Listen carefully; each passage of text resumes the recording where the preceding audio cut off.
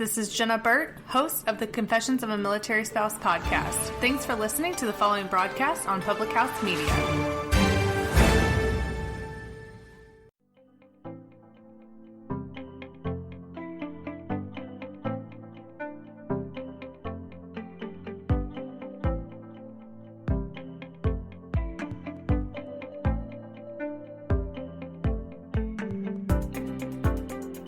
Hello everyone, we're back with another No Filter Friday on Public House Media, where we cover all things #MeToo from inside Hollywood. And I am here with a fellow documentarian, Alana De Freitas, and we got in touch on Instagram because you're making a Me Too documentary.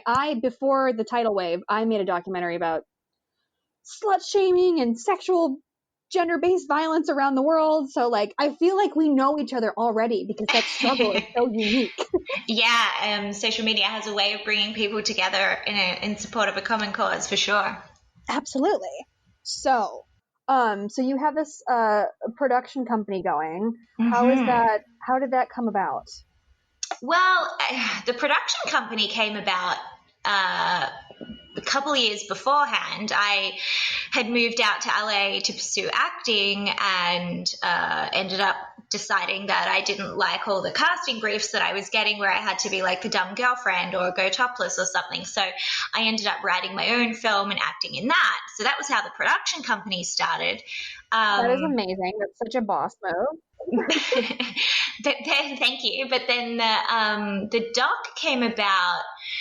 So I guess back when the Me Too movement started, I noticed that there was this undercurrent of dialogue that was coming out of like, oh yeah, but why now? Why did they wait so long to say something? And it was very discrediting and invalidating. And I took it personally because, when everybody was doing their #MeToo statuses when that was blowing up, I had drafted my own #MeToo tweet, and it, had no specifics in it. It was something very general and very vague.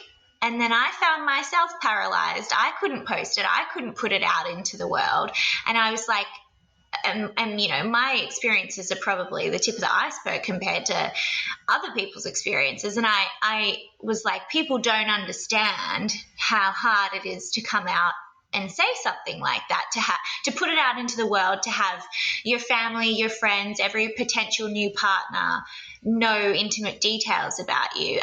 And it sort of started to be a seed that was growing in my mind. And then there were just sort of milestones in my life where something would happen and it would grow a little bit more into an idea. And then eventually I was like, okay, no, I need to address this. I need to make a documentary and understand what are the reasons that do keep people silent. Because I think unless you address that, there's a plethora of Me Too documentaries in the works, but I don't think anything is really addressing all of the factors. The fear freeze, yeah. Right. There's so many different things. It's how you're raised, where you were raised, what community you're part of, if you're part of a church, just simply the fact that it happened before the Me Too movement gave people the power to come out and say something. If you're a child and you didn't even know it was abuse, there are just so many factors. And I think,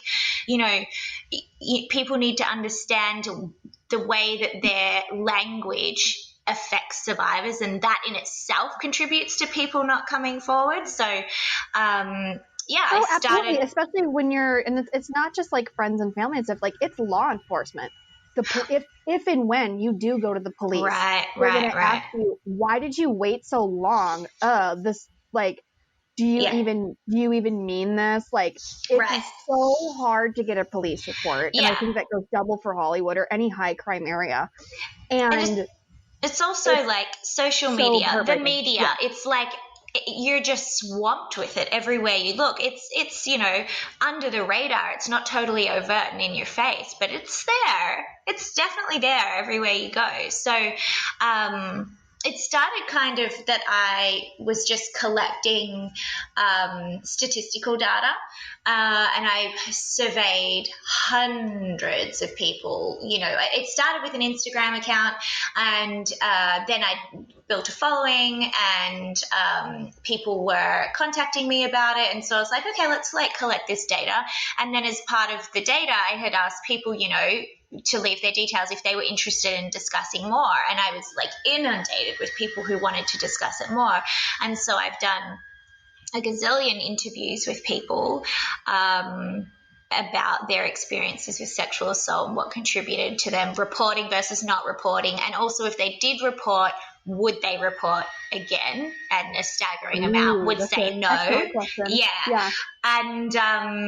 And so now we're at the point where we're ready to go out for funding and put the documentary into production. So it's an exciting time, and I've spoken with a lot of companies about it already, and I have so many people who are excited to get on board with it.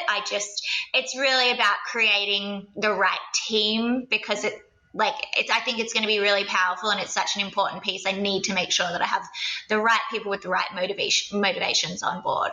Oh, absolutely. Because as soon as you start putting things out, you're going to get these phone calls, and it's people that are trying to put their hands in the pot, and they have these stipulations and stuff. It was shocking to me when I first put out a teaser for my documentary. Who called and was like, oh, hey, so I think this, and you're going to need money, right? You need money. And I'm like, nope, I don't. Please promptly go away. Right. Yeah. I also want to make sure that they have the right vision for where they see this going in terms of distribution, because I need people to see it. I need eyes on it. And that actually, honestly, is going to be the hardest part of doing this documentary. Putting it together, not a problem in the world. Getting the right eyes on it, because people like you and I will watch it, but that's preaching to the converted. You know what I mean? I need people who think, they should have said something at the time. I need those people to watch it, and they're going to be the harder ones to convince. So I want to partner with a company that has a strong marketing presence and can get an audience. Have you thought about doing Tug? I haven't heard of Tug. What is Tug? Tug is it's this thing. I haven't done it, but I have had friends that have done Tug with their films, just to reach a different audience than they would normally get through the traditional theatrical channels. And basically you find a Tug host in whatever area that wants to tug your film into, a theater there in their town, and they set the pricing, etc. And then they host the screening of your movie, and hopefully, especially in somebody's case like yours, it would be a way for the converted to find other people to convert. You know what I'm saying? Yeah. Since we're living in such an era of personal stories and finally coming forward, and there is a community in that for sure. And I always say that sex crimes are the perfect crime from the perpetrator standpoint, because your victim doesn't want to report you. Right. Yeah. I always say that sexual crimes are like stealing. They're a crime of opportunity. Because Absolutely. You're not doing it when people are around watching, generally speaking, it's when you've got someone alone, when they trust you, you're taking advantage, and that's the same as theft. Absolutely. Absolutely. For sure. You're totally right. What a crazy world we live in. But I mean, I think you're kind of embarking on a new genre, so to speak, living in the era of Me Too, and that now that there is a possibility for conversation about it, because before the Harvey Weinstein story broke to the world, everybody in town knew this, obviously. Right. Except for Meryl Streep, apparently.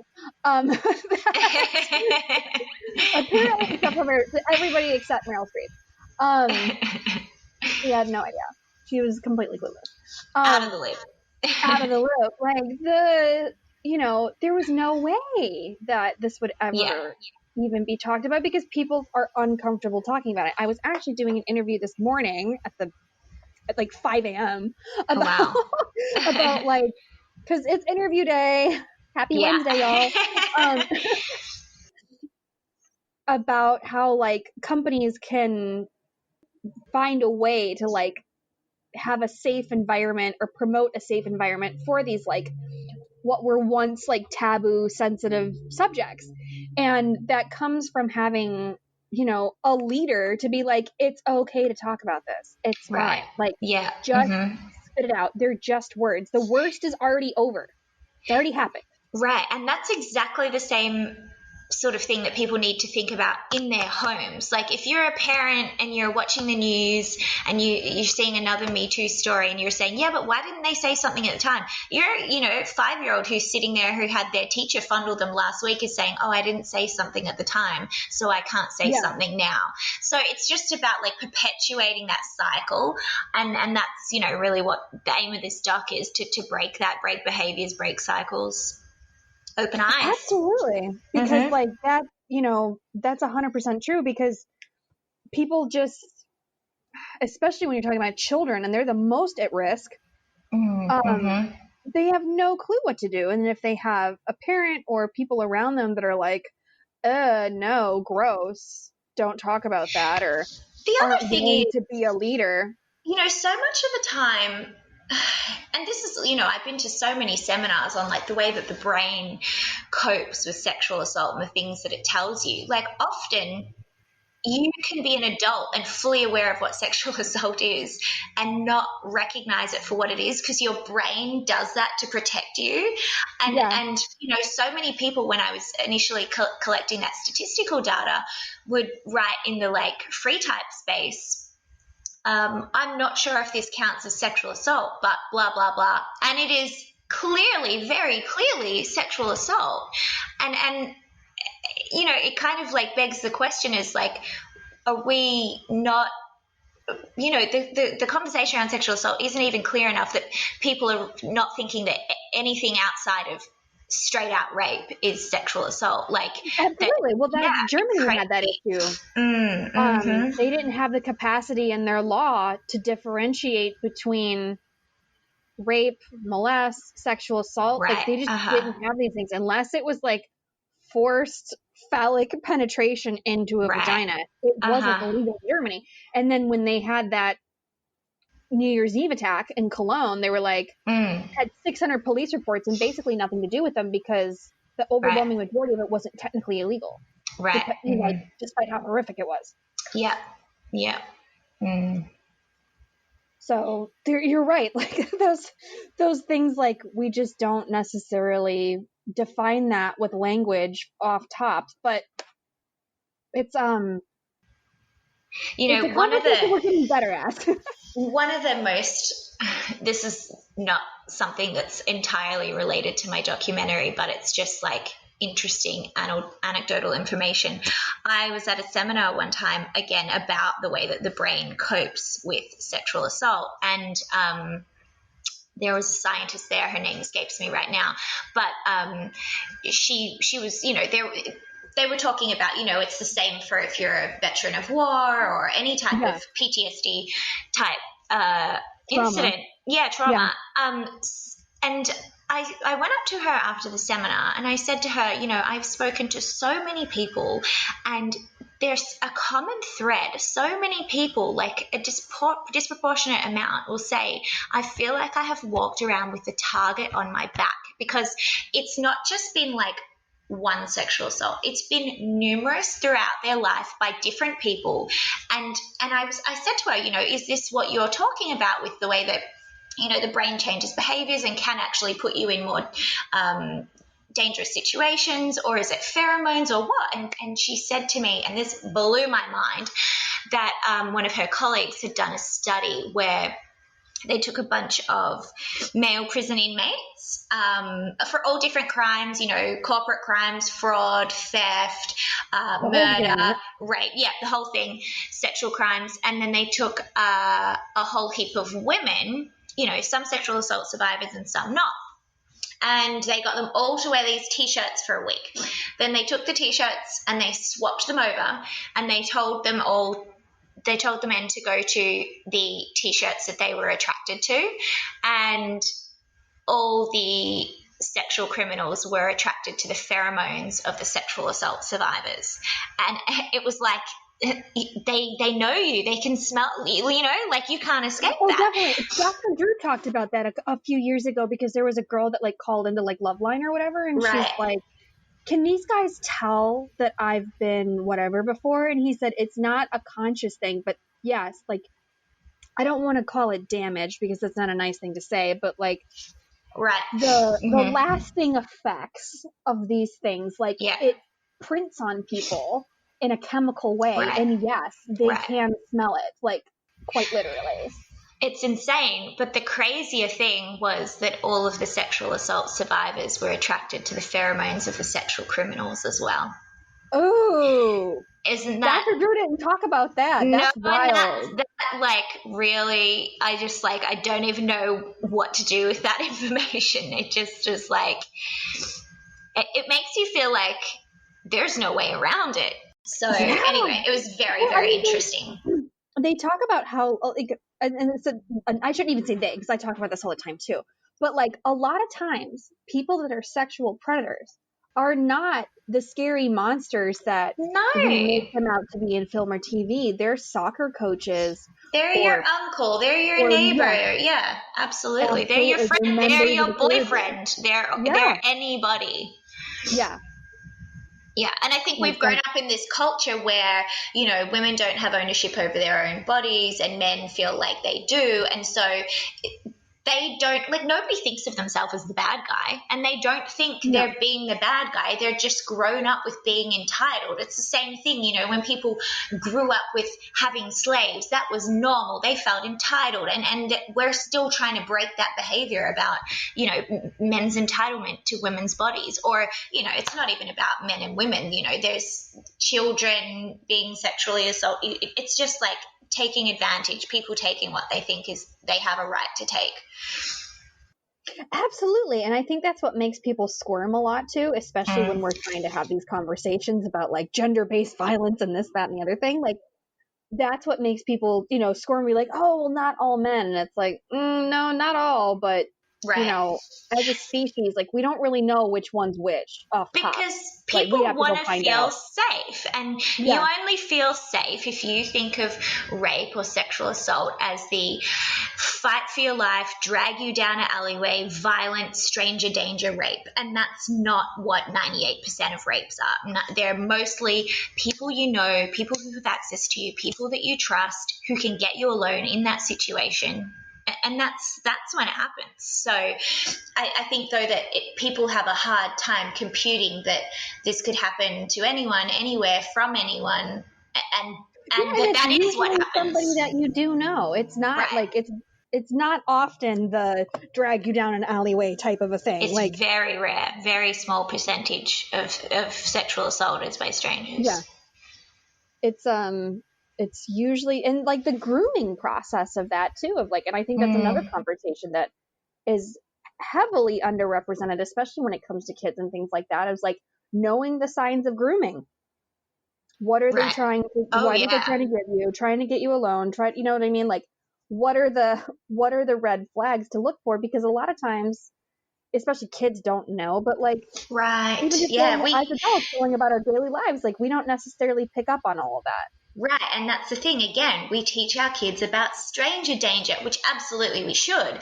But again, more often than not, it's not the strangers. It's the people you trust with your children. And I heard this thing one time long ago, and it has stuck with me, that you should teach your children, if anybody tells you to keep a secret, that's what you need to tell me.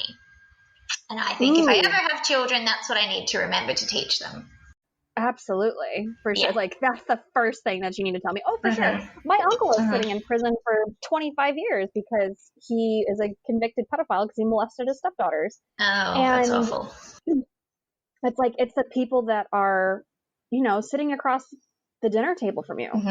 It's not necessarily the guy that's sitting behind the dumpster. Like it could be, but we're not going to rule him out, but... And again, that's what makes it so hard for people to come out and report, because they don't want to break up their families or, like, destroy relationships and create rifts in their friendship groups. It's not just as simple as reporting. There's like a domino effect of how that impacts their greater world, because generally they are people in their lives that people they know are also friends with or family with. So yeah, there's a whole gamut of things that contribute. Providers. I went to one of the first places I went outside the United States was Jamaica, because over 40% of the Jamaican population, their first sexual experience is either coercion or straight up rape. And they say nobody would really talk to me like on the record, but I got a lot of information on the street, you know, like off the record. And everybody said that, like, you know, these places, these islands, et cetera, with these like super high unemployment numbers, you know, if that person's a breadwinner and they're the only person working, not only is the family going to cover for them because that's like their, you know, their meal ticket, but that person also even feels more entitled, right? Yeah, over these bodies around them because they're the provider. So like, what are you going to do? Nothing, right? And that's the thing. It's like, I saw this thing a while ago, but it's like, you know, people think that sex crimes are like, you know, sexual or aggression that became sexual, or sexual tension that became aggressive. And it's not the truth. It's not true. It's the other way around. It's that aggression became sexualized. Right. Like, more often than not, it has very little to do with the actual act of sex. It's about the power. It's about the power, 100% over the other person. Yeah. I went to a couple refugee camps in Germany. And I was talking to like a few therapists about like, what on earth in these, like, in that situation, like, why would you want, like, if that's where your life is, you're living in a refugee camp because you came from whatever country that you can't go back to, like, how are you even thinking about, like, you know what I'm going to do? I'm going to go rape somebody today. Like, really? Seriously? Like, do you not have other priorities? And like, well, and they said like, well, when you're living in that, like, sort of like lowest of low situation, like, people of that mindset are looking for ways to like make themselves above other people. So you're not the lowest rung. It's the same with like prison rape. Yeah. Oh, for sure. I mean, I'm sure there's just like general sexual frustrations they need to get out as well. But yeah, absolutely. There is the whole, like, you have no power in your life, and exerting power over other people has to play into it. Absolutely. It's a really wild power dynamic that I think when you're just going about your life and like not necessarily, you know, having these sorts of issues that you even think about, but it's a major contributing factor to the problems we have as a species overall. And I think need solutions. It would be interesting to see in this like Me Too era if rape statistics are going up or down, because, you know, women are stepping up and kind of stepping into their space and owning more. And I wonder if, I know that men are feeling threatened by that. We're not trying to take a piece of your pie, bro. We're just trying to get some for ourselves. Or just be left alone to eat the slice we already have. I wonder, though, if feeling threatened by that would contribute to rape statistics going up. I wonder if, because I mean, if you don't think that the abortion laws coming in was a tit for tat for the Me Too movement, you're crazy. You know what I mean? Like, that was a get back in your box and mind your mouth. That's what that was. Well, now that Harvey Weinstein has been, you know, freshly convicted on one coast, and he'll probably get convicted on the West Coast as well. I think that's kind of like the shot heard around the Me Too world for now, anyway. Because though that he didn't get convicted of the two most serious charges, is like, I think that leaves a kind of question mark for a lot of people. Like, how seriously are we taking this? It was it like a token? I mean, I think on the West Coast, just because the entertainment industry is so prevalent here. It'll be interesting to see, because you could go one way. You could go entertainment industry, and it's been primarily the entertainment industry that has been stepping up and being like, no, this is bull. We're not taking this anymore. But at the same time, Harvey had a lot of friends here. So it'll be interesting to see how that plays out. Yeah. It's gonna, well, they had a hard enough time putting a jury together for him in New York. In LA, it's going to be impossible. Yeah, exactly. Have to fly people in. It's going to be ridiculous. Like, who's going to get called up for jury duty on this monstrosity? Right. But I think I had a guest a while back, Robert Candell, the Mantor, who is just, I adore him so much. He's such an interesting person. Mm-hmm. But when I interviewed him, he talked about how, like, you know, men were given this script and now it's like no good. Like, it doesn't work for them anymore. And now they're feeling, you know, they're in their feelings about it. I blame Drake, but apparently there's like a scientific reason for this. But I think the other part of that too, of like being like, no, we're not going to take this anymore. This is wrong. But I do think we have a younger generation that like, this has got to stop. Like, this is gross. Like, we don't want to participate in this, and we don't want to hang out with anybody that does. We don't want to work with anybody that does. We don't want to have familial binds with anybody that does. And I think that's like a new generation that's, you know, as a whole, male, female, doesn't matter. I think they're kind of the in-between generation. Like they are mixed with attitudes. I think it's, I mean, I don't know how old you are, but I'm not going to say how old I am. I'm of childbearing age. I think it's on my generation to make sure that we raise our children, women, that they can say no and that they have ownership over their own body, and boys that they need to be asking for consent and they need to have respect, and that they can't just take everything that they see and they want. Like, it's about like these children that are going to be born now that are the ones that we have the chance to fully shape and mold. You're right. It is a full shape and molding of like, this is okay, this is not. And I think a lot of this comes from too, especially because I spend a lot of time in Asia, like parents that are uncomfortable and unwilling to talk to their kids about what healthy sexual relationships look like. And, you know, to quote Jamila Jamil, you know, enthusiastic consent. If it's not mutual, it's not fun. It's not. Right. And if you feel like, oh, if I ask, they're going to say, you know, you're not going to get the answer that you want, then why would you even want to be participating in this anyway? Like, why on earth would you want somebody that doesn't want you? Like, this that's gross in itself. Yeah. Yeah, it's a twisted psychology, isn't it? Yeah, we have so much work to do to remedy these situations. It's like once we got started, then we started to realize how many issues there really were, that it was a bigger mountain than we even realized. But I mean, I think we've got very determined people who are here for the cause and will not give up.